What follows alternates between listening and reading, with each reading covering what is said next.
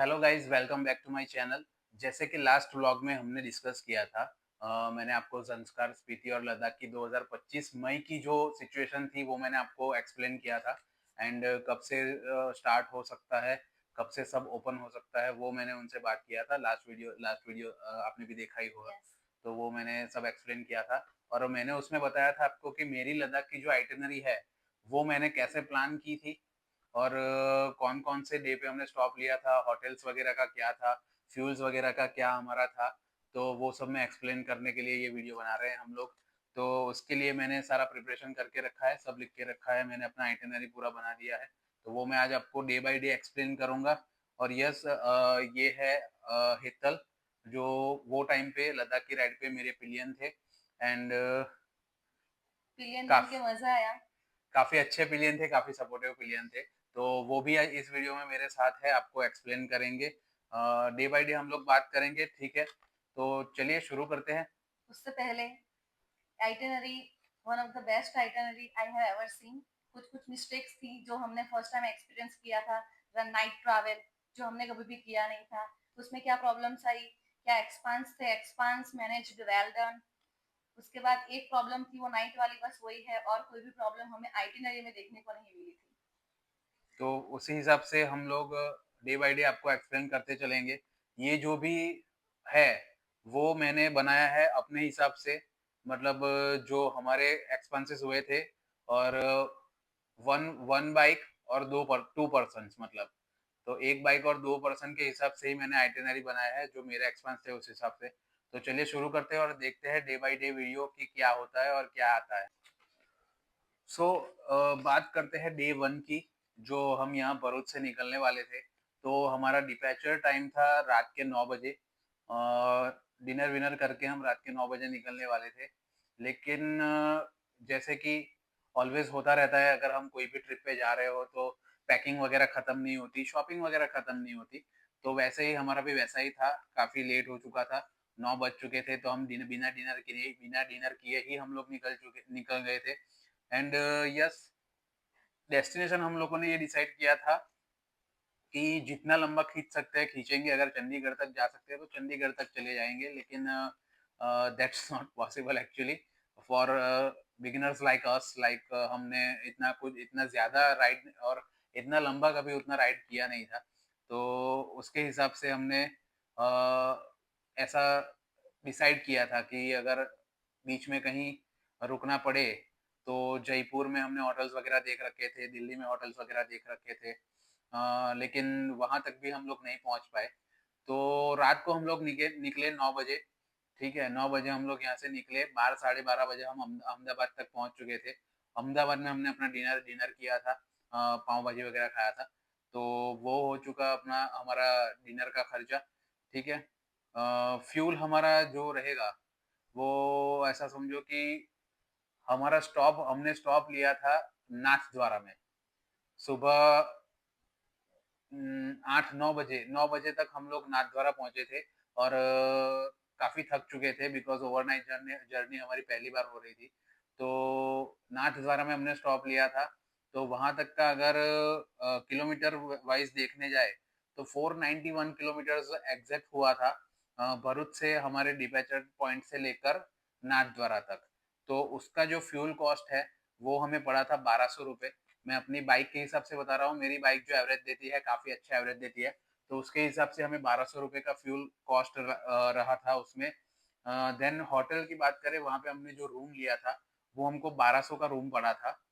1200 का रूम पड़ा था, 1200 का 1 रूम मिला था और हम थे 4 जने, ठीक है? तो वो हिसाब से हमें काफ़ी अच्छी अच्छी डील मिल गई थी उधर। और फूड जो हमने, ऐसा समझो, जो रात को पाव भाजी खाया था बस वही खाया था, बाकी थोड़ा सूखा नाश्ता हम लोग साथ साथ में लेकर चलते हैं, तो वो खाया था थोड़ा चाय के साथ।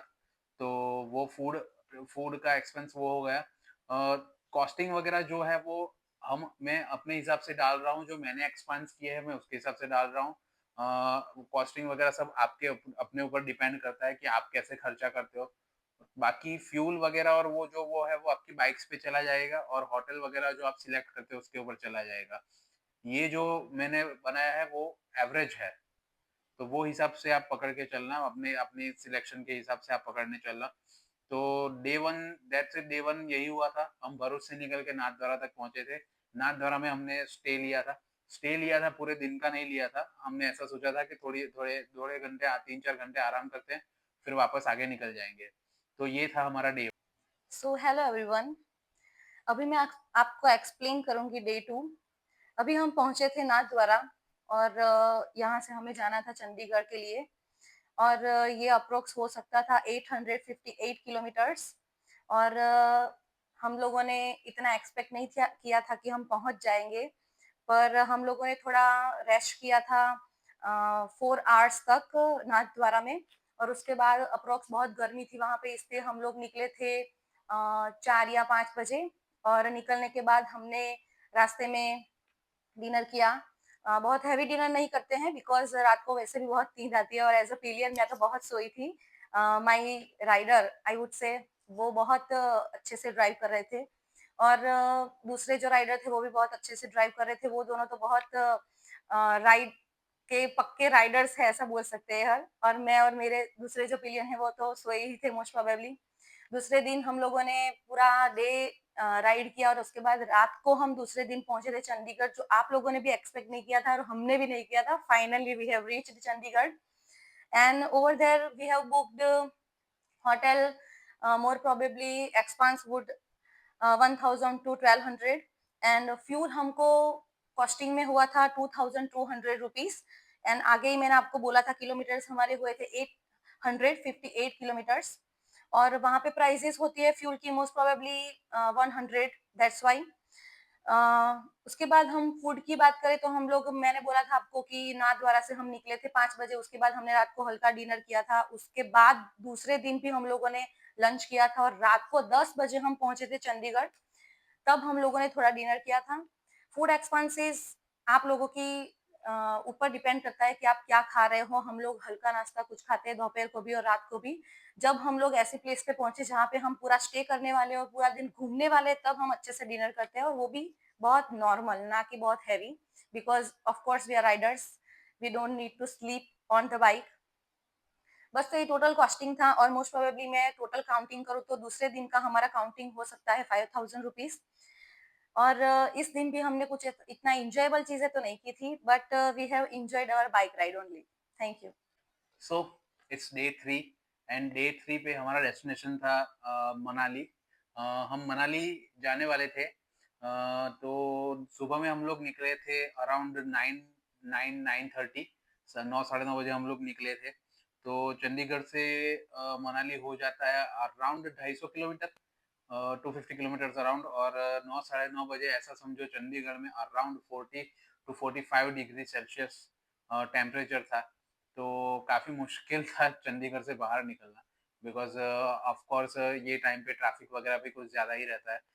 सब अपने डेली रूटीन के हिसाब से अपने काम पे जाते हैं, अपने-अपने वर्क प्लेसेस पे जाते हैं, तो ट्रैफ़िक भी वगैरह ज़्यादा मिलता है।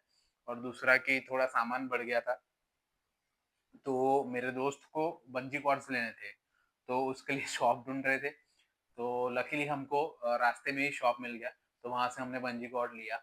ऑल्दो उसके पास था, लेकिन फिर भी उसको ज़्यादा स्ट्रॉन्ग वाला चाहिए था, बिकॉज़ सामान बढ़ने वाला था।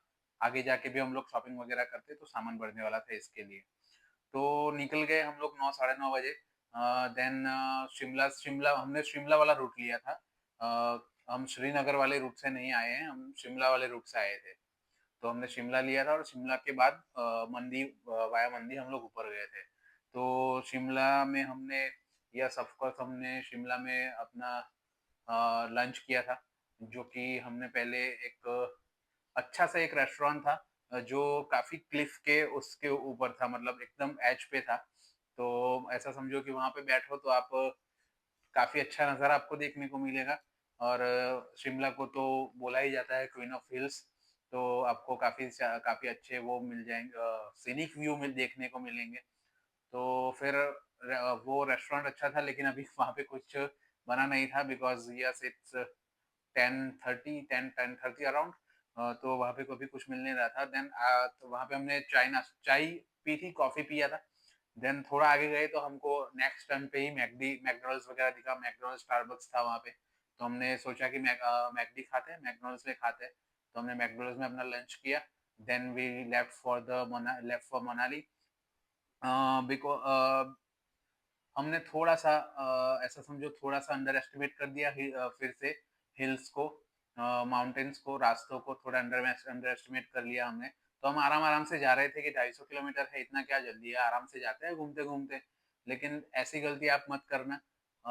माउंटेन्स में 200 250 किलोमीटर ऐसा समझो कि हाईवेज़ पे आपके हो जाएँगे 500-600 किलोमीटर। 500-600 किलोमीटर आपके जितना टाइम लगता है, उतना टाइम आपको माउंटेन्स में 200-250 किलोमीटर करने में लगेगा। तो ऐसा ही हमारे साथ हुआ। 200-250 किलोमीटर करने में हमको रात के 12 साढ़े 12 बज गए, और 12 साढ़े 12 बजने के बावजूद हम पहुँच पाए सिर्फ़ कुल्लू। कुल्लू पहुँच पाए हम।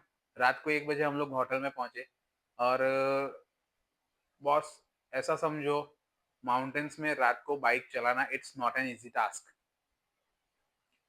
पहली बात, अ, काफ़ी रास्ते ऐसे आ जाते हैं जिसमें सारा पूरा ब्लैकआउट हो जाता है, ठीक है? आप सिर्फ़ अपनी बाइक की हेडलाइट्स पे डिपेंड होते हो, एंड जो स्ट्रीट लाइट्स होती है उसके ऊपर डिपेंड होते हो, आजू-बाजू आपको कुछ नहीं दिखेगा। देन दूसरी, ठंड। शिमला बोलो, मनाली बोलो, कुल्लू बोलो, रात को सब जगह पर 1, 2, 3 या फिर माइनस में टेम्परेचर होता है।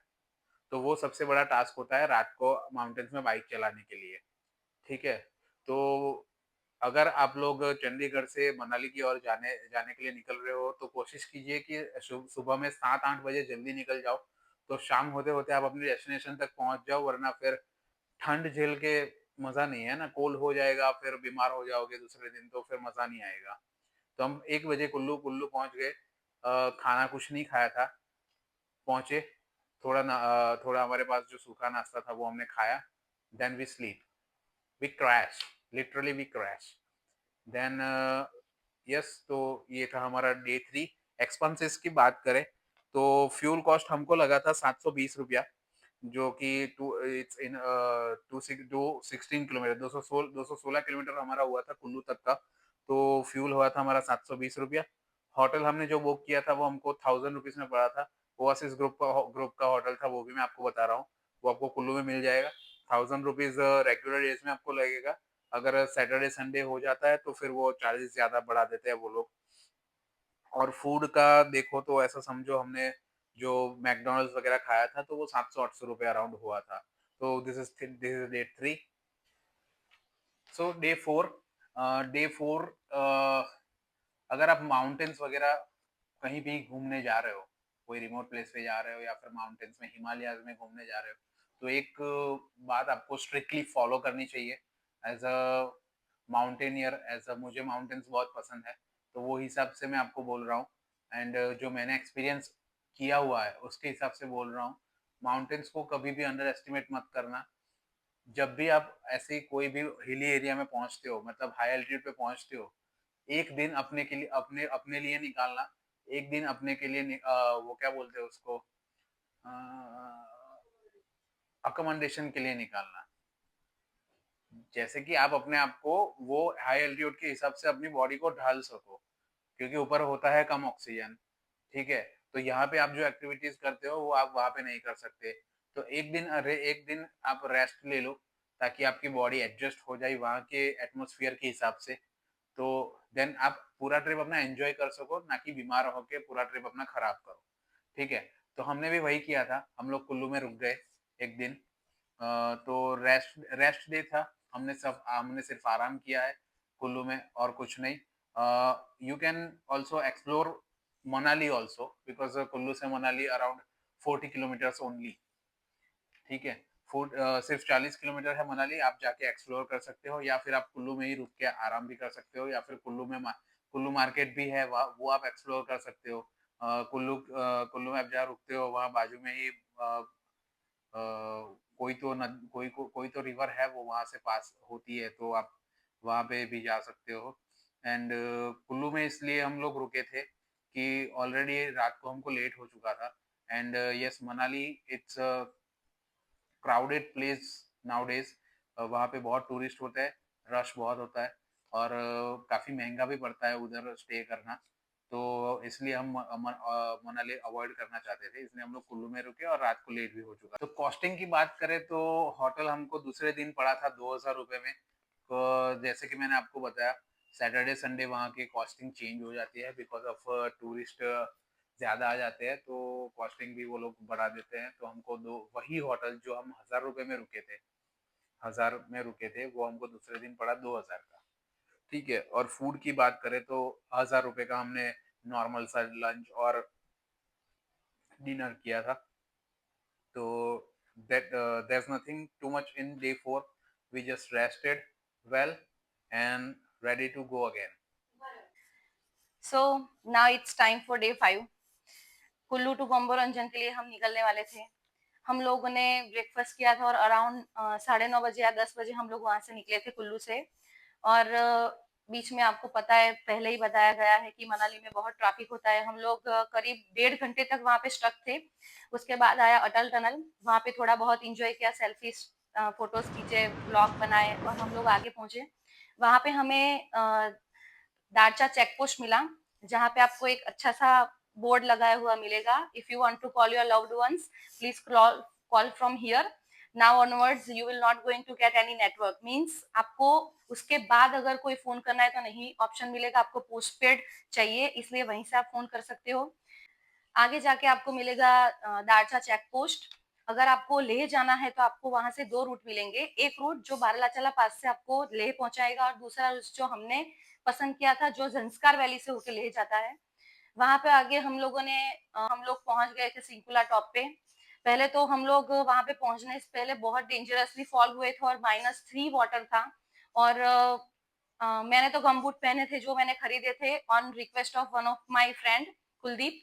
पर मेरे राइडर जो थे उन्होंने नहीं पहने थे, तो बहुत ठंडा पानी था। और ये तो भूलना ही मत कि गमबूट तो आपको कैरी करना ही है, वही वरना आप वाटर प्रूफ बूट पहन सकते हो। उसके बाद सिंकोला टॉप पे हम पहुंचे, वहां पे व्लॉग निकाले। पर वहां पे एक हमसे मिस्टेक हुई थी, हम लोगों ने ब्रेकफास्ट नहीं किया था, तो वो भी आपको स्किप नहीं करना है। उसके बाद कुछ राइडर्स वहां पे थे जो ऑलरेडी वो भी बहुत गीले पैर से आए थे, जो सब सामान इकट्ठा कर रहे थे। वो लोग दूसरे रास्ते से नीचे जा रहे थे, हम लोगों को अभी जाना था गंबोरंजन के लिए। नीचे जाते जाते मैंने देखा रूट डेंजरस वन, मैंने आज तक वो रूट की जो इमेज है मेरे माइंड में वो अभी तक नहीं गई है। उसके बाद वहां पे रास्ता तो है ही नहीं, ना ही आपको मैप में मिलेगा, तो रूट के बारे में मैं आपको नहीं बता सकती कितने मोस्ट प्रोबेबली किलोमीटर्स थे। वहां पे नीचे उतर के हम लोगों को बहुत शाम हो गई थी, ठंड भी बहुत बढ़ रही थी। तो मैं आपको ऐसा सजेशन भी दूंगी कि जितना हो सके जल्दी से जल्दी आप लोग ये सारे रास्ते कवर करके आपकी डेस्टिनेशन के लिए जल्दी निकल जाइए और पहुंच भी जाइए। वहां पे लकीली सारे टेंट्स तो बुक थे, पर हमें एक टेंट मिल गया था जिसके अंदर हमने दो टेंट साथ में लगा लिए थे। और वहां पे होटल की कॉस्टिंग की बात करूँ तो 1000 उन्होंने लिए थे पर 2 पर्सन, और फूड इंक्लूडेड था। और फूड भी बहुत अच्छा कुक किया था उन्होंने। और एक बात है कि आपको वहां पे कुल्लू के बाद तांडी तक पेट्रोल मिल सकता है, उसके बाद नहीं मिलेगा। तो आपकी बाइक अगर अच्छा एवरेज देती है तो टैंक फुल करा लो, या तो फिर please carry the petrol with you. Thank you so much. So it's day 6 and गंबोरंजन पहुंच चुके हैं after my riding career's first fall, the major one, -3 degree temperature, ठंडा पानी, ट्राई करना एक बार आप भी। ओके, सो गंबोरंजन पहुंच चुके हैं हम लोग। आज का प्लान है हमारा पदुम जाने का, लेकिन कल के फॉल के बाद और कल के रास्ते के बाद हमारे दो दोस्त जो हमारा साथ छोड़ चुके हैं, जो कि हमारे पिलियन थे, उन लोगों ने तय किया कि वो लोग वापस मनाली जाने वाले हैं। तो सुबह सुबह जो ट्रक्स वाले वापस मनाली की ओर जा रहे थे, तो उनको रुका के हमने दोनों को उनके साथ मनाली वापस भेज दिया ट्रक्स में, उनका लगेज वगैरह लोड करके। देन फिर हम दोनों ही बचे, अब सिर्फ मैं और कुलदीप। तो हमने डिसाइड किया कि हम लोग मतलब फ्रेशन अप होके निकलते हैं फिर। तो 10 साढ़े 10 बज गए थे। देन हम लोग निकल गए। वहाँ पे हमारे दो दोस्त भी मिले थे हमको, जो कि अ, अपनी मोपेड पे आए थे, मोपेड मोपेड से आए थे। देन दो ऑल्सो दो फॉरेनर्स भी थे। कहाँ के थे वो मुझे याद अभी नहीं आ रहा है। आप एक काम करना, मैं लिंक दे रहा हूँ मेरे वीडियो की, वहाँ पे जाके देखना। दो फॉरेनर्स भी थे हमारे साथ। तो हम निकले 10 साढ़े 10 बजे पदुम के लिए। और कोम्बोरंजन से पदुम का जो रूट है भाई, क्या सीनिक व्यू है। वो रूट पे मैंने जो व्यूज और जो वो देखा है, मतलब वही जो सीनिक व्यूज मैंने देखे हैं, बाय गॉड मैंने आज तक कहीं पे भी नहीं देखे हैं। तो ये रूट मैं आपको रिकमेंड करूंगा कि आप 100% ये वाला रूट ले, तो जंस्कार वैली भी आप कर सकते हो। एंड पदुम वाला जो रूट है वो बहुत बेस्ट है। अगर कारगिल साइड से आप आ रहे हो, फिर भी आप कारगिल से भी आप पदुम आके जंस्कार वैली कर सकते हो, तो वो भी आप कर सकते हो। एंड यस, एक्सपेंसेस की बातें करें तो होटल जो हमने पदुम में बुक किया था, वो होटल था, मतलब टेंट्स में ही रुके थे हम। वो था जो हम गोम्बोरंजन में जो टेंट्स में रुके थे, उनका ही होटल होम स्टे जैसा था उनका। तो उसी में हम लोग रुके थे। तो वो हमको हो गया था 1200 रुपये में, इंक्लूडिंग फूड। देन फ्यूल की बात करूँ तो कुल्लू से गोम्बोरंजन एंड गोम्बोरंजन से पदुम, तो दोनों दिन का फ्यूल हमारा हो चुका था अराउंड 1600 रुपये अराउंड। बिकॉज बीच में कहीं आपको फ्यूल स्टॉप नहीं मिलेगा, सीधा पदुम जाके पदुम में आपको पेट्रोल पंप मिलेगा। बीच में कोई पेट्रोल पंप नहीं है। ओके। और पदुम हम लोग पहुंच गए थे 4 या 5 बजे। 5 बजे के आजू बाजू हम पदुम पहुंच गए थे। Then we check in and सारा लगेज वगैरह रख के फिर हम पदुम में एक सानी लेक है, सानी गोम्पा करके है स्टेचू, वो काफ़ी फेमस है। वो आप विजिट कर सकते हो पदुम में। बाकी पूरी जगह बहुत मस्त है। वो उसका वीडियो मैंने लिंक में डाला हुआ है, तो वो आप देख सकते हो जाके। So that's it for day 6। So now it's day 7। Day 7 की बात करते हैं। तो डे 7 को हम जाने वाले थे पदुम से निकल कर ले वाया संस्कार वैली करते हुए। तो पदुम से हम ऑलमोस्ट 7 साढ़े 7 बजे रेडी होके तैयार हो गए थे एंड निकल रहे थे। And the good news is that कि हमारे जो फ्रेंड्स थे, हमने उनको जो पदुम के रास्तों के, जो मैंने आपको बताया कि बहुत अच्छे सीनिक व्यू थे, हमने उनको वीडियोज़ भेजे, फ़ोटोज़ भेजे, तो उनको काफ़ी पसंद आए। देन मैंने उनको बताया, समझाया कि जो भी खराब रास्ता था, वो हम लोगों ने कवर कर लिया है। अभी जो सारा रास्ता है, वो अच्छा अच्छा रास्ता है। मतलब ऑफ रोडिंग है, लेकिन उतना नहीं है जितना सिंकुला टॉप वाला जो था, उतना नहीं है। अभी सारे रास्ते अच्छे हैं, तो आप लोग वापस आ जाओ। ऐसा मैंने समझाया उनको, तो उन्होंने सुबह में वो लोग भी 5 बजे के अराउंड मनाली से टैक्सी पकड़ के लेह के लिए निकल चुके थे, वाया बारालाचला पास। और हम जा रहे थे पदुम से ज़ंस्कार वैली थ्रू लेह। ठीक है, तो 7 साढ़े 7 बजे हम लोग निकल चुके थे। हमारा पदुम से आप निकलोगे तो पदुम में पेट्रोल भरवा लेना, क्योंकि आगे कुछ नहीं मिलेगा। फिर आगे आपको ज़ांगला ज़ांगला ज़ांगला से आपको रूट, ज़ांगला आएगा बीच में, ज़ांगला तक आपको अच्छा रास्ता मिलेगा। उसके बाद सारा ऑफ रोड है। पूरा ज़ंस्कार वैली, कहीं-कहीं बीच-बीच में छोटा-छोटा पैच आपको मिल जाता है रोड का। बाकी मोस्ट ऑफ रोड ही है। अ, उसमें आपका हो जाएगा, 2 रूट हो जाएँगे उसमें। एक आपका हो जाएगा लिंकशेड। लिंकशेड से आप लिंकशेड होते हुए आप लामायूरू को कनेक्ट करेंगे। दूसरा रूट हो जाएगा आपका लिंकशेड का जो टर्न आता है उससे पहले चिलिंग का एक टर्न आता है। चिलिंग वाले रूट से आप लामायूरू मतलब कारगिल वाला जो हाईवे लेह की ओर जाता है, वहाँ पे आप कनेक्ट कर सकते हो। लेकिन चिलिंग वाला रूट में अभी ऐसा है कि वहाँ पे अभी रास्ता बिल्कुल नहीं है। रास्ता बिल्कुल नहीं है करके ऑफ रोड भी नहीं है, पूरा ऐसा ही है। कोई रास्ता वहाँ पे बना नहीं है अभी तक। क्योंकि वहाँ पर अभी सबको जाना अलाउ नहीं है। कभी-कभी वो अलाउ करते हैं, कभी-कभी नहीं करते हैं। और ज़्यादातर आर्मी की गाड़ियाँ ही उधर रहती है, बिकॉज़ अगर पाकिस्तान की ओर से कुछ शेलिंग वगैरह होता है तो प्रॉब्लम हो सकता है इसके लिए, वहाँ पे वो रास्ता भी नहीं है। एंड जब हम लोग वहाँ पे पहुँचे थे मतलब हमने भी वही सिलेक्ट किया था कि चिलिंग से चले जाते हैं क्योंकि चिलिंग वाले रूट से जाने में काफ़ी कुछ किलोमीटर आपके बच जाते हैं जब आपको लिंकशेड वाले रूट से जाते हैं उसके कंपैरिजन में ऑलमोस्ट 100 150 किलोमीटर आपके बच जाते हैं। तो हमने भी वही रूट सिलेक्ट किया था लेकिन वहाँ पे आर्मी का चेक पोस्ट है, उन्होंने हमें नहीं छोड़ा और न्यूज़ ऐसा मिला उन्होंने बताया कि अब 1 दिन आगे ही वो चिलिंग वाले रूट पे एक राइडर हमारा राइडर दोस्त एक हमारा वो खाई में गिर गया था और उसकी डेथ हो गई थी, जिसकी जिसकी बॉडी तक नहीं मिली है। बस इनकी एंट्री थी, उसकी आउट की एंट्री नहीं थी, उसके हिसाब से उसकी सिर्फ़ बाइक मिली उसकी बॉडी भी नहीं मिली थी। तो उसकी वजह से उन्होंने वो रूट बंद कर दिया था। तो फिर हमने लिंकशेड वाला रूट पकड़ लिया। ये रूट में आपको मिल जाएँगे सिंगेल्ला पास और सिरसिल्ला पास। दोनों पास मज़ा आ जाएगा। सिर्फ़ प्रॉब्लम यही है कि ये वाले रूट पे आपको खाने-पीने के लिए कुछ नहीं मिलेगा। कोई होटल, रेस्टोरेंट वगैरह कुछ नहीं है। आप पदुम से निकलो, खा के निकलो, अपना पूरा अपना नाश्ता वगैरह कुछ आपको चाहिए तो वो ले लो, पानी भर लो, क्योंकि बीच में कुछ नहीं मिलेगा जब तक आप ज़ंस्कार वैली एंड एग्ज़िट करके हाईवे कनेक्ट नहीं कर लेते। तो वो हो गया। अभी एक्सपेंसेस की बात कर लेते हैं। किलोमीटर हो जाएँगे इस आपके 288 किलोमीटर्स जो हमने रूट पकड़ा पकड़ा था लिंकशेड वाला, 288 किलोमीटर्स हो जाएँगे। फ्यूल आपका हमारा हो गया था ₹1000 लेह में हमने हॉस्टल बुक किया था। Hostel very famous hostel type होता है।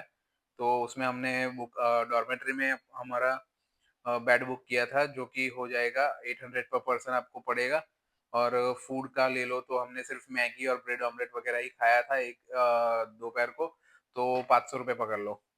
तो ये हो गया अपना डे 7 लेह हम पहुंच गए थे 7:30 8 बजे और वहां पे हमारे साथ ऐसा हो गया कि जो हमारे दोस्त मनाली से लेह के लिए निकले थे तो उनका हम कोई कांटेक्ट नहीं कर पा रहे थे बिकॉज़ उनके फ़ोन्स का चार्जिंग वगैरह खत्म हो गया था। और जैसे कि मेरे दोस्त ने बताया आपको पहले कि दारचा चेक पोस्ट पास करने के बाद कोई नेटवर्क्स नहीं मिलता है आपको। आप अगर आपके पास पोस्टपेड है, तो ही आपका फ़ोन चलेगा वरना नहीं चलेगा। तो पोस्टपेड मेरे पास था और कुलदीप के पास था, उन दोनों के पास नहीं था। तो हम कोई भी तरीके से उनको कांटेक्ट नहीं कर पा रहे थे कि कहाँ पहुँचे। उन्होंने बोला था कि वो 7-8 बजे तक पहुँच जाएँगे लेकिन वो नहीं पहुँच पाए बिकॉज़ ऑफ बारालाचाला पास वाले रूट पे वाटर काफ़ी डीप वाटर क्रॉसिंग्स थे, तो उसकी वजह से उनको टाइम लगा और ट्रैफ़िक भी कुछ ज़्यादा ही था। तो उसकी वजह से उनको टाइम लगा, वो अराउंड 12 साढ़े 12 1 बजे वो लेह पहुँचे वो लोग और देन हम लोग सो गए खा के सॉर्टेड एंड पूरा तो ये था हमारा day 7।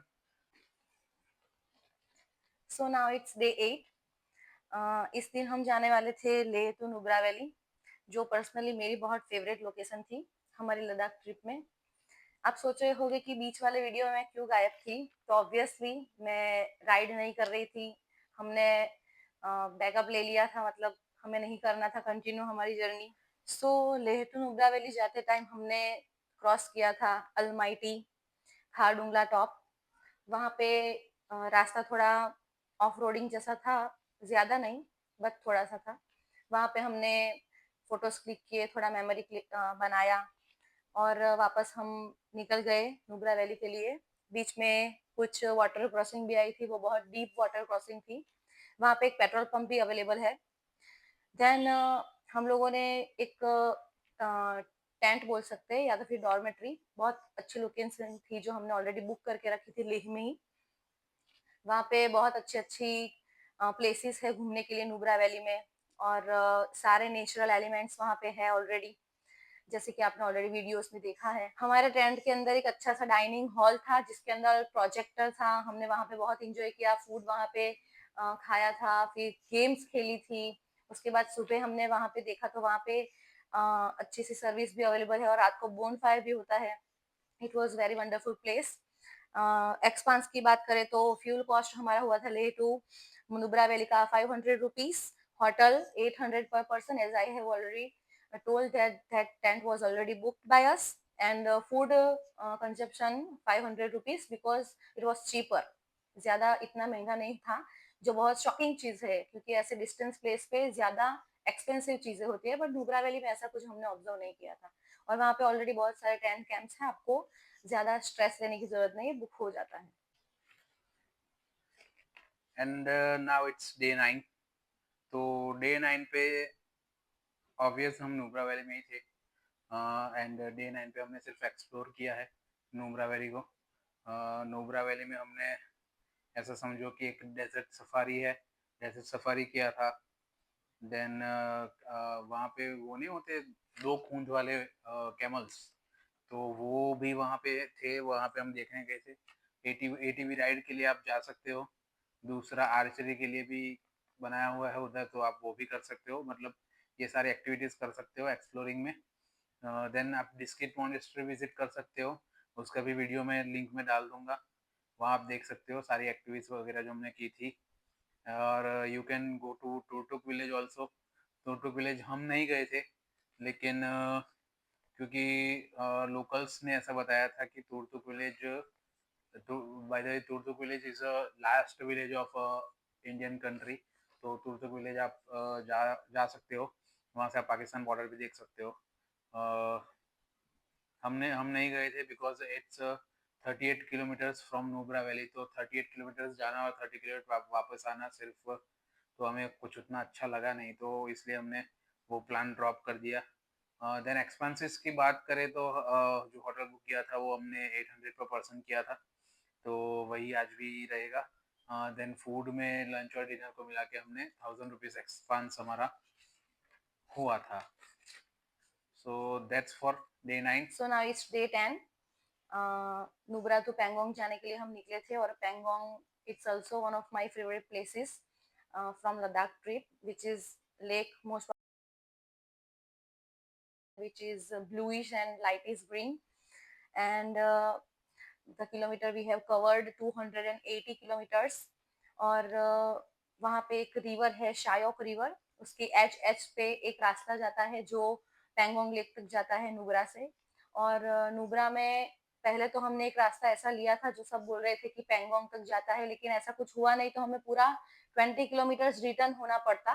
But because of my consciousness, I have searched one of the bridge which is only available for one bike, you can pass through, and Nubra तक हमें वापस नहीं जाना पड़ा और हम वहां से कवर करके निकल गए पैंगोंग के लिए।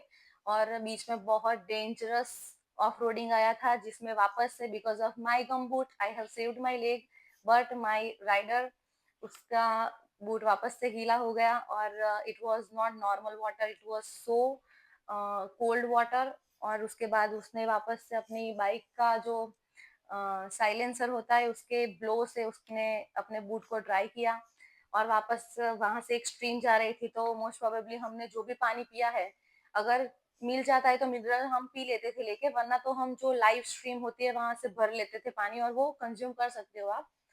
और उसके बाद आगे जाते कुछ हमने साइट्स देखी और बहुत डिस्टेंस प्लेसेस थी, तो एक जगह पे हमने कैफे नोटिस किया, तो जैसे ही हमने कैफे देखा हमने तुरंत वहां पे ब्रेकफास्ट किया, क्योंकि अगर आपको कोई भी प्लेस मिल रही है बिटवीन नुब्रा टू पैंगोंग, आपको वहाँ फूड कंज्यूम करना चाहिए, क्योंकि वहाँ पे मोस्टली अवेलेबल नहीं था जब तक हमने नोटिस किया था। और पैंगोंग पहुंचने के बाद हम लोगों ने वहाँ पे एक टेंट बुक किया था, वो भी बहुत ऑसम टेंट था। अगर बात करूं मैं फ्यूल की, तो 1000 रुपीज ऑफ फ्यूल यूज हुआ है 280 किलोमीटर्स के लिए। Hotel rent 2000 for 2 person, and also it included dinner and breakfast, because हम लोगों को पहुंचने में तब तक शाम हो गई थी, और वहां पे हमने नीचे जाके नुब्रा वैली के बाद पेंगोंग में शाम होने के बाद 6 o'clock जैसा हमने फोटो सेशन किया था, जब तक सनलाइट इतनी अवेलेबल भी नहीं थी, but we have click photos and videos. और फूड कंजम्पशन नॉर्मल हम बात करें वो कैफे की, तो 500 रुपीज उसका हुआ है। So it's all about day 10। Okay, and that now it's day 11। Day 11 हम डे 11 को हम जाने वाले थे पेंगोंग से निकलकर हनले।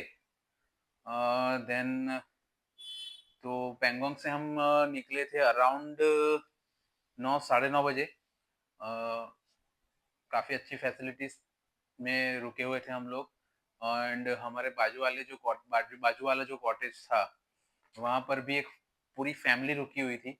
वहाँ पूरी फैमिली राइडर थी उनकी।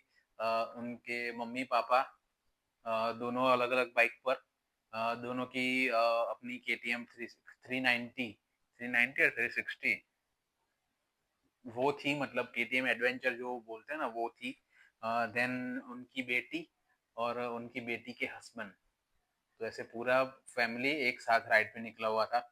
और वो लोग भी हानले ही जाने वाले थे, तो हमने उनको बोल के रखा था कि अगर हो सके तो हमारे लिए वहाँ पे आप जल्दी निकल रहे हो तो देख के रखना। लेकिन तो निकल चुके थे हम 9:30 बजे पैंगोंग से।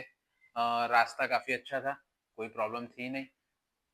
एंड हाँ, एक थोड़ा-सा ऑफ रोड वाला पैच था, वहाँ पे आपको, क्योंकि एग्ज़ैक्ट ऐसा समझो कि China border, exact China border को लग के हमारा रास्ता जा रहा था, जो कि पैंगोंग से हानले जाता है वो।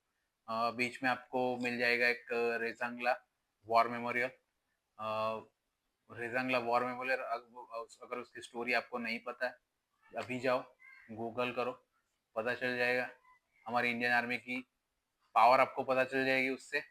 और yes, do visit this war memorial. काफ़ी कुछ रिजंगला के बारे में है जो आपको यहाँ पे जानने को मिलेगा, जो काफ़ी लोगों को नहीं पता है और जानने की ज़रूरत है। क्योंकि काफ़ी लोग हमारी इंडियन आर्मी को, जो कि हमारे इंडिया के ही है, अंडर एस्टिमेट कर रहे हैं। अभी ये जो वॉर हुआ उसमें भी मैंने देखा था, तो काफ़ी लोग को ये चीज़ जानने की ज़रूरत है। तो वहाँ से वॉर मेमोरियल में हमने विज़िट किया, पूरा म्यूज़ियम है वहाँ पे, हमने देखा। वहाँ से सिर्फ़ 10 या 15 किलोमीटर चाइना का बॉर्डर है, वो बॉर्डर भी वहाँ से क्लीन दिखता है आपको। एंड वहाँ से आप जो जो पहाड़ी पे जो रेज़ांगला जो पोस्ट है, वो भी आप देख सकते हो। तो वहाँ आप, देन वहाँ पे आर्मी का कैफ़े भी है, तो वो भी आप विज़िट कर सकते हो। देन वहाँ से निकल के हनले हम लोग पहुँच गए थे अराउंड साढ़े 7-8 बजे तक। तो वहाँ पे पहुँच के हमने हाँ, पहले तो हमने ये काम किया कि हमने होम स्टे ढूँढा। होम स्टे, क्योंकि अ, ऑनलाइन कुछ मिल नहीं रहा था, तो कुछ बुक वग़ैरह हुआ नहीं था। तो हमने वहाँ जाने के बाद होम स्टे ढूँढा।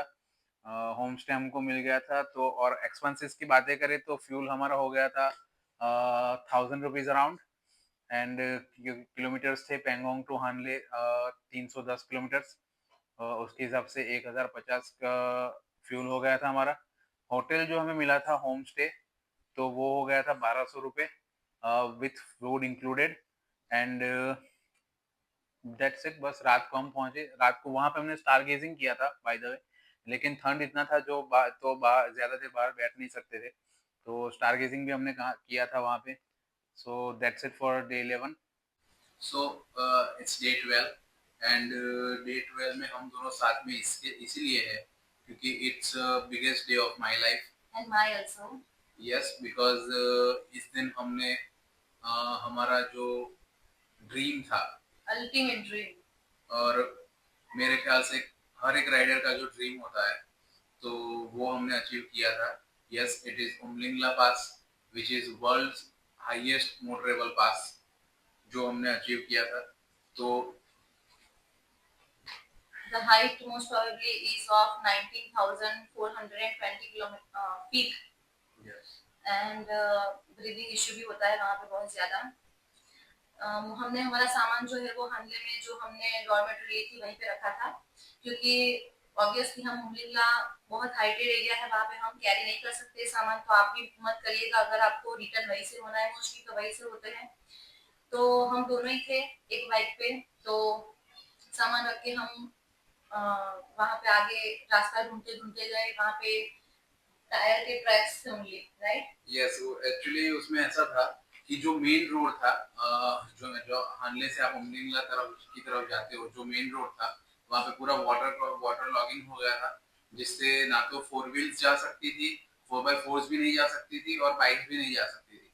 तो वो रास्ते को हमको अवॉइड करके हमको दूसरा रास्ता दिखाया गया लोकल्स के द्वारा ही। तो वो रास्ते से हमने पूरा घूम के हम लोग गए, जो कि पूरा ऑफ रोड था। और ऑफ रोड बोल के वहाँ पे रास्ता ही नहीं था, पूरा टायर ट्रैक्स हम फॉलो करते करते कैसे ना कैसे हमने मेन रोड कनेक्ट किया। तो ऐसा था। और वहाँ पे मैंने एक ऐसी वाइल्ड स्पीसीज ऑब्जर्व की है जिसको बोलते हैं wild horses, which is most probably common to donkeys of this area means states, but वहाँ पे उसको वाइल्ड हॉर्सेस बोलते हैं और वो पूरे हर्ड में आते हैं ग्रुप में. It was wonderful view to see. You can check out in my video, मैं लिंक डाल दूंगा। एंड कैसे ना कैसे हम मेन रोड से कनेक्ट करके देन हम लोग आगे, मतलब फिर जो चढ़ाई आई, मतलब जो क्लाइंबिंग हम लोगों ने स्टार्ट किया, धीरे धीरे ठंड बढ़ती गई, फ्रोजन रिवर्स आए, हमने वो देखे। Wonderful view to see. And जैसे जैसे हम आगे बढ़ रहे थे, जैसे जैसे ऑल्टीट्यूड बढ़ रहा था, हमारी हालत भी खराब हो रही थी, नियर टू फेंट। ऐसा समझो, अगर कोई फेंट हो जाए तो उसकी लास्ट पोजीशन क्या होती है, वहां तक मैं और मेरा जो राइडर दोस्त था मेरा कुलदीप, वहां तक हम लोग पहुंच चुके थे। काफी बार ऐसा हुआ है कि हमारी हमारी आंखों के सामने ऐसे ब्लर हो जाता था।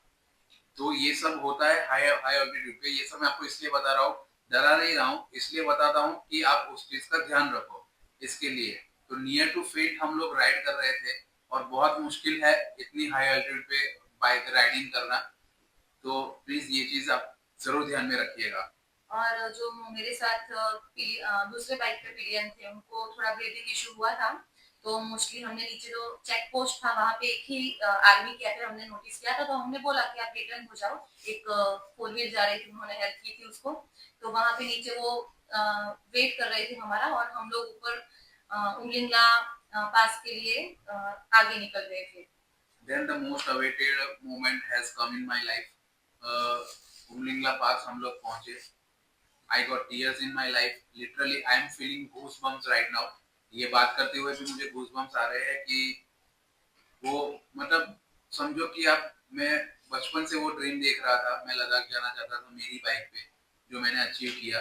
And and other thing is, Gujarat से मैं पहला बंदा हूँ जिसने बाइक पे ये तीनों माइलस्टोन्स अचीव किए हैं एक ही राइड में।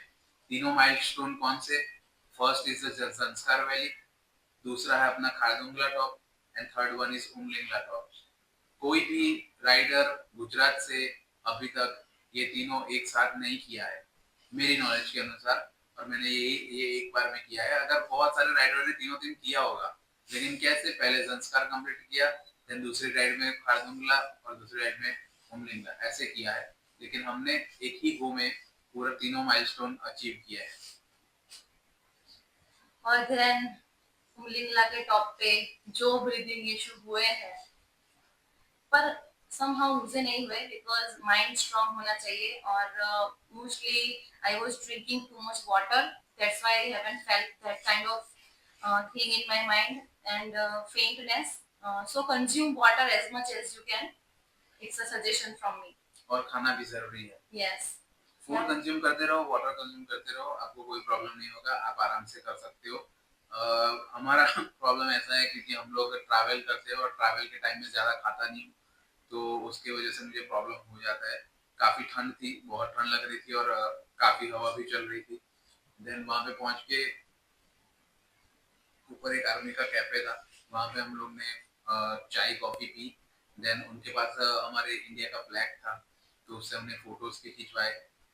देन आगे जा सकते थे, आगे जाके वो डैम चौक विलेज आता है। Yes. तो वहाँ विजिट करके भी हम वापस आ सकते थे, लेकिन उतना जरूरी नहीं समझा, और उतनी अपनी हालत भी नहीं थी कि हम वो जाके फिर से वापस आए, क्योंकि हमको रात तक ये भी पहुंचना था। तो दैट्स इट, हम लोग फोटोज वगैरह क्लिक किए, then we return to return to down, and जहाँ आर्मी कैफे में हमारी दोस्त बैठी हुई थी, हमने उसको पिकअप किया, थोड़ा नाश्ता नाश्ता वगैरह किया, देन हम लोग लेह के लिए निकल गए। और बीच में रास्ता भी भूल गए थे, बहुत ज्यादा डेंजरसली, और बहुत खो गए थे हम, बट समहाउ बहुत दूर दूर तक देखने के बाद कोई ऐसे हैंड शेक करता है तो पता चल जाता है। बहुत सारे राइडर्स थे हमारे साथ, एज अ फ्रेंड ज्वाइन कर लिया था हमको, तो उसके थ्रू हम निकल गए हनले, फिर पैकिंग किया और फिर निकल गए। बीच में एक आर्मी कैफे बहुत ज्यादा आते हैं वहाँ पे, तो वहाँ पे हमने लंच किया। और फिर it's a beautiful highway from Leh to, sorry, Hanle Hanle to to Leh. Leh, yes. तो बीच में मतलब उसमें कोई ऑफ रोड वगैरह कुछ आता नहीं है, सीधा, हाँ सीधा सीधा हाईवे है, आप हाईवे पकड़ के रखो, आप आराम से ले पहुंच जाओगे और काफी फास्ट जा सकते हो, बिकॉज बहुत अच्छा रास्ता बनाया है हमारे प्रभुज ने, काफी अच्छा काम किया वहाँ पे। एंड यस, तो रात को हम पहुंचे थे वहाँ पे अराउंड 9 9 9:30 10 बजे तक हम लोग पहुंच गए थे। हमने अगेन वही हॉस्टल बुक किया था जो हमने पहले बुक किया था, तो वही बुक किया था हमने लेह में भी। एंड एक्सपेंसेस की बात कर लेते हैं, तो वो हो जाएगा हमारा हनले उमलिंग लाटू ले, तो अराउंड 400 किलोमीटर हो जाएगा। तो फ्यूल कॉस्ट हमारा हो जाता है 1350 मेरी बाइक के हिसाब से। देन होटल जो हमने बुक किया था 1500, हॉस्टल की बात कर रहा हूँ, 1500 2 पर्सन के लिए। देन फूड हमने कंज्यूम किया तो वो हो जाता है 1000 अराउंड, बिकॉज वो है कि आप अगर माउंटेन्स में घूम रहे हो तो आप कुछ ज्यादा खाते नहीं हो, और क्योंकि ज्यादा कुछ मिलता भी नहीं है उधर। काफी दिन ऐसे थे जो हमने सिर्फ ब्रेड ऑमलेट और मैगीज खा के निकाले हैं। और तो इस राइड में हम सबका मोस्ट प्रोबेबली 7 kg डाउन हुआ था। It's a true fact. उसी की वजह से, क्योंकि फूड आप कंज्यूम करते नहीं हो और एक्टिविटी आपकी ज्यादा होती है, तो आपका वेट लॉस भी काफी ज्यादा होता है। So that's it for day 12, ले पहुंच चुके हैं हम। सो इट्स डे 13 एंड डे 13 हम निकलने वाले थे आज कारगिल के लिए, ले टू कारगिल। आज का हमारा जो रूट होने वाला था। सो ले टू कारगिल सीधा साधा हाईवे है, उतना कुछ ज्यादा ऑफ रोडिंग वगैरह कुछ मिलेगा नहीं। बीच रास्ते में आपको काफी सारे सीनिक व्यूज मिल सकते हैं, और मून लैंड करके भी कोई चीज, कोई जगह है बीच में, जहाँ पे मतलब वहाँ की मिट्टी या फिर माउंटेन्स वगैरह ऐसे बने हुए हैं जैसे कि आप, आपको लगेगा कि आप मून पे हो। बाकी पूरा हाईवे बना हुआ है, आप हाईवे टू हाईवे चलते रहो, आराम से पहुंच जाओगे। ले टू कारगिल है 216 किलोमीटर। तो फ्यूल कॉस्ट हम गिन लेते हैं, उसमें 720 रुपये हुआ था हमारा। होटल जो हमने कारगिल में बुक किया था वो 1000 1500 के अराउंड था। एंड फूड अराउंड गिन लो 1000 रुपीज। ओके। देन दूसरे दिन जब हम डे 14 की बात करता हूँ, डे 14 हम कारगिल से निकलने वाले थे चंडीगढ़ के लिए। तो अगले दिन क्या हुआ था, शाम को जब हम कारगिल पहुंचे 6 साढ़े 6 बजे, 6 साढ़े 6 7 बजे तक, तो उसमें ऐसा हुआ था कि हम देख रहे हैं, मतलब आप कारगिल के टूवर्ड्स जा रहे हो तो आपको जोजिला पास दिखेगा आगे, दिखेगा मतलब हमको, जिस जिन लोग को पता है उनकी बात कर रहा हूँ। कारगिल के हाईवे से आपको, आप आगे आगे देखोगे ना, तो जोजिला पास वाला जो माउंटेन है वो आपको दिखता है, और वहाँ पे पूरा क्लाउड ने कवर किया हुआ था।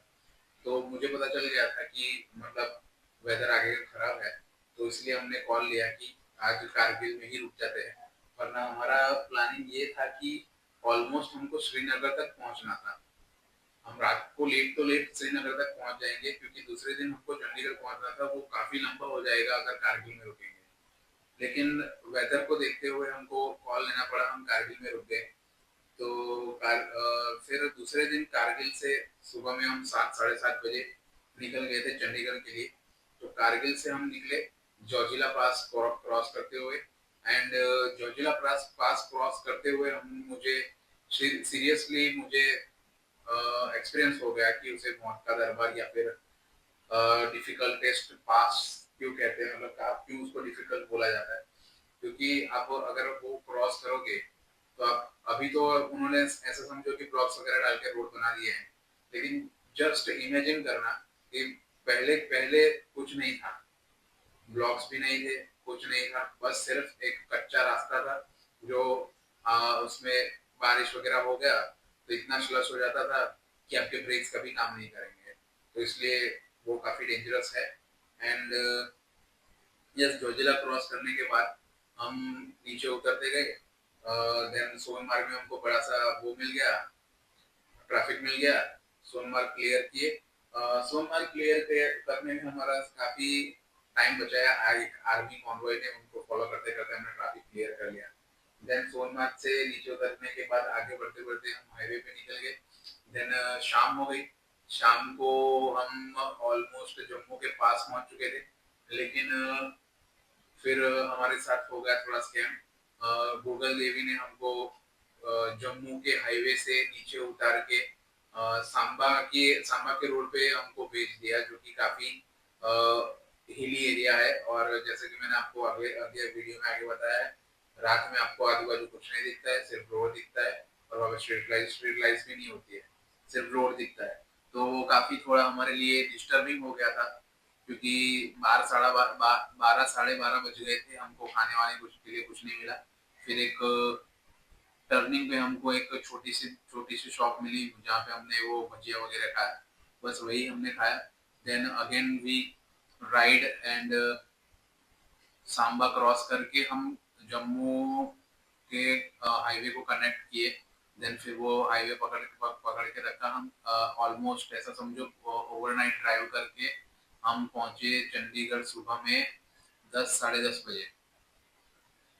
अभी ये जो हमने राइड किया है, उसमें मेरा जो दोस्त था वो अराउंड 50 किलोमीटर मेरे हम पीछे रह गया था, because I am going to hard. क्योंकि दूसरे दिन 11 साढ़े 11 बजे की हमारी ट्रेन थी। दोनों में से किसी को तो पहले पहुंचना पड़ेगा, क्योंकि वहां पे जाके बाइक्स लोड करने की पूरी प्रोसेस करनी पड़ती है। तो वो उसके लिए किसी को तो जाना पड़ेगा। तो इसलिए मैंने पूरा खींच लिया बाइक को। ऐसा समझो पूरी नाइट हमने बाइक चलाई। ऐसा समझो 2 बार तो मैं पेट्रोल पंप पे सोया हूँ। 15-20 मिनट की नैप लेके मैं फिर से चलाता था। तो 10 साढ़े 10 बजे हम लोग पहुंच गए थे। पहले मैंने पहुंच के अपनी बाइक पैक करवाई, और आधे एक घंटे में वो भी आ गया, उसकी बाइक पैक कराई। दोनों बाइकों को मतलब हैंड ओवर कर दिया हमने लगेज डिपार्टमेंट को। देन हम टिकट्स वगैरह बुक हो चुके थे ऑलरेडी। देन जैसे ही मेरा लोड उसका उसकी बाइक का काम खत्म हुआ, पैकिंग का, और जो भी फीस वगैरह पे करनी होती है उसका, तो वो आपका हो जाएगा।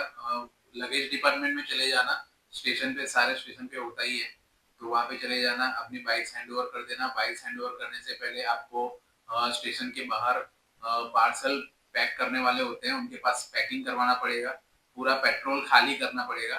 तो कोशिश करना कि जब आपको बाइक लोड करना है, उससे पहले आप फ्यूल मत भराओ। फिर बाइक लोड पूरा फ्यूल निकालना पड़ेगा, नहीं तो फिर वो पैकेजिंग वालों को बोल सकते हो, वो खरीद लेंगे आपसे, या फिर आप उनके पास छोड़ना पड़ेगा आपको। आपके पास कोई ऑप्शन नहीं है। तो वो आप कर सकते हो। और जो बाइक का आपकी बाइक का जितना वेट होगा, जितना सीसी होगा, उसके हिसाब से रेलवे ने वो उसके फीस की फीस तय की हुई है। वो हिसाब से आपको पेमेंट करना पड़ेगा। पेमेंट करते ही आपको वो उसका रिसिप्ट दे देंगे। वो रिसिप्ट संभाल के रखना। वो रिसिप्ट आप जब बाइक रिसीव करने जाओगे तब वो चाहिए होगा, उसके बिना वो आपको नहीं देंगे। तो वो हो गया। वो जैसे ही वो खत्म हुआ, हमारी ट्रेन आ चुकी थी, मैं भागते हुए गया। हम लोग ट्रेन में चढ़े। देन वहां से निकल गए। ट्रेन से हम दूसरे दिन 11 साढ़े 11 बजे हम भरूच पहुंच चुके थे। देन वहाँ मेरे भाई लोग पिकअप करने आ चुके थे। And this is the whole itinerary and this is the whole scenario of my Ladakh ride. तो जरूर से बताइएगा कि आइटनरी आपको कैसी लगी। अगर चाहिए तो मैं आपको पीडीएफ भी दे दूंगा, कमेंट सेक्शन में डाल दीजिएगा कि आप जिसको भी पीडीएफ चाहिए। मैं अपना इंस्टाग्राम आईडी शेयर किया हुआ है यूट्यूब प्रोफाइल में, आप वहां से मुझे डीएम भी कर सकते हो। मैं आपको आइटनरी शेयर कर दूंगा। एंड यस, अगर इससे लगता कोई भी क्वेश्चन है, आप कमेंट सेक्शन में पूछ सकते हो। I am very actively response में करता हूँ। और आगे का अगर कोई भी राइड का प्लानिंग आपका बन रहा है, उसके लगते भी कोई क्वेश्चन है, आप पूछ सकते हो। नेक्स्ट वीडियो में स्पीति का डालने वाला हूँ, जो कि है स्पीति का कॉस्टिंग क्या होता है। अगर आपको जाना है तो स्पीति का कॉस्टिंग क्या रहेगा, तो नेक्स्ट वीडियो वो आ जाएगा। ऑलमोस्ट ऐसा समझो नेक्स्ट वीक तक आ जाएगा। एंड बस यही है। अगर इसमें से कुछ क्वेश्चन है तो आप डाल दो कमेंट सेक्शन में, अभी मैं रिप्लाई करते रहूंगा। और वीडियो पसंद आए तो लाइक सब्सक्राइब कर देना। और इंस्टाग्राम आईडी, फेसबुक आईडी सब डाला हुआ है, फॉलो कर लेना, क्योंकि यहाँ से ज़्यादा अपडेट्स वहाँ पे आपको मिलते रहेंगे। ठीक है, गुड बाय। एंड